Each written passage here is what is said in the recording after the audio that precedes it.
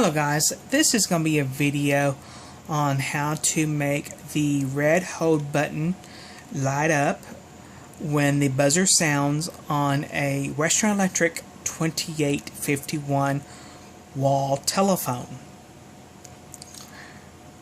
This particular model is a 2851 BM. B as in Bravo, M as in Mary.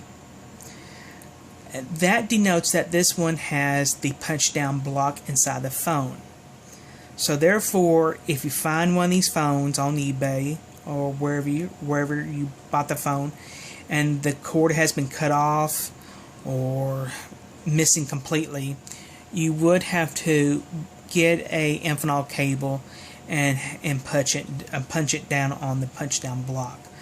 But really, it's really easy where things go. Now, they did make a plug-and-play version, which is the 2851 CM, C as in Charlie, M as in Mary, which has the Infinal cable connector built in. I believe somewhere around the dial pad and key strip, around there somewhere. So there's no punch down block. Now, for the 10-button version of the telephones, I don't know if they did have a punch-down block or not, or a larger punch-down block. I'm not 100% for sure. I would have to look at the Bell System practice. Now, they did make a rotary dial version of the telephones, and those are 851 telephones. 2851 is touch tone dialing, and rotary is 851, and the same setup with those BM and CMs. Basically, oh, by the way, this whole component lifts up like this, away from the back plane or back of the phone. Of course, you can remove the key strip, and you're going to have to do that for you to fish out the pairs for the buzzer pairs. I mean, pairs for the hold lamp, I meant. But basically, line 1, line 2, line 3, line 4, and line 5. And then these two right here is the buzzer leads from the cable, and then you have the ringer as well. Now, a nice little trick you can do without, if your hands are full and you can't get around pushing one of these buttons to see if the light's okay, the bulb, what have you. All you have to do is lay your screwdriver across the A leads, like that.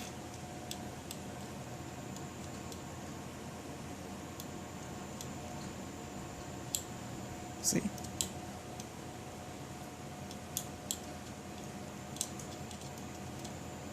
See, I can't see it from here very good. And that doesn't hurt anything.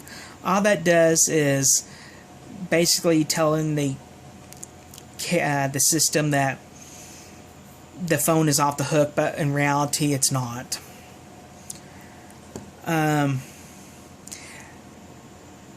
the Western Electric side, the buzzer pair is yellow-green, green-yellow pair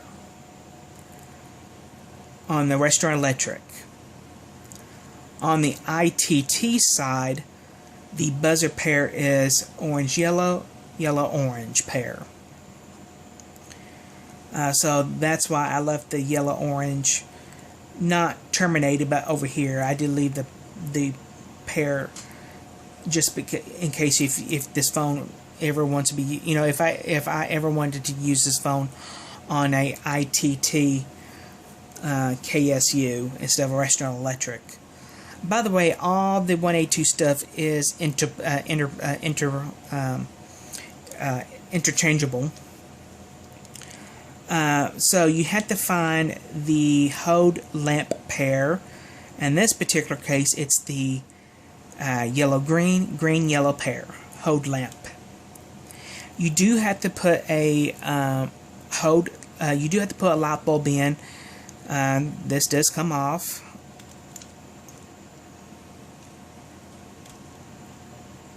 And that's the Hode lamp. I don't know how well you can see that.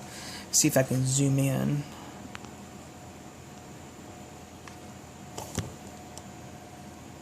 There you go.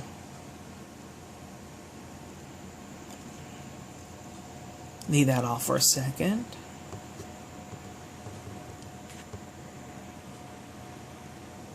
And then you would take the Hode lamp pair and you attach it to terminal 21, because it's one of the buzzers, and then terminal 12. I believe it's right around here where I'm touching. It's easy to find out. Just follow the buzzer pair, and it doesn't matter which way it is, because it's not polarity sensitive. Now we know, well, I know that this phone is on extension 5, so push 5 and the buzzer should go off. So in a second, I will wire up the lamp to light up. And for those who don't know, this whole thing does tilt away from the back of the telephone for easier installation, as well as to make things much easier. I'm real tired, folks, so kind of forgive me about that. So let me go ahead and pause the video for a second and wire it up here.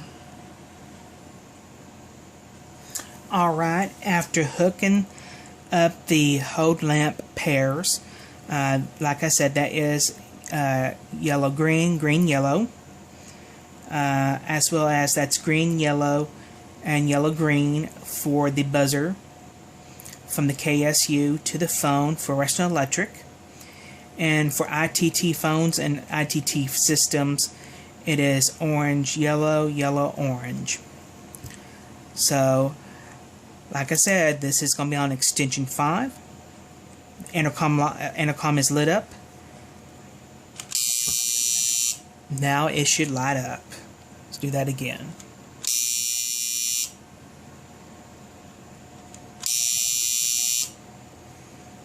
And just for the fun of it, let's just make it ring.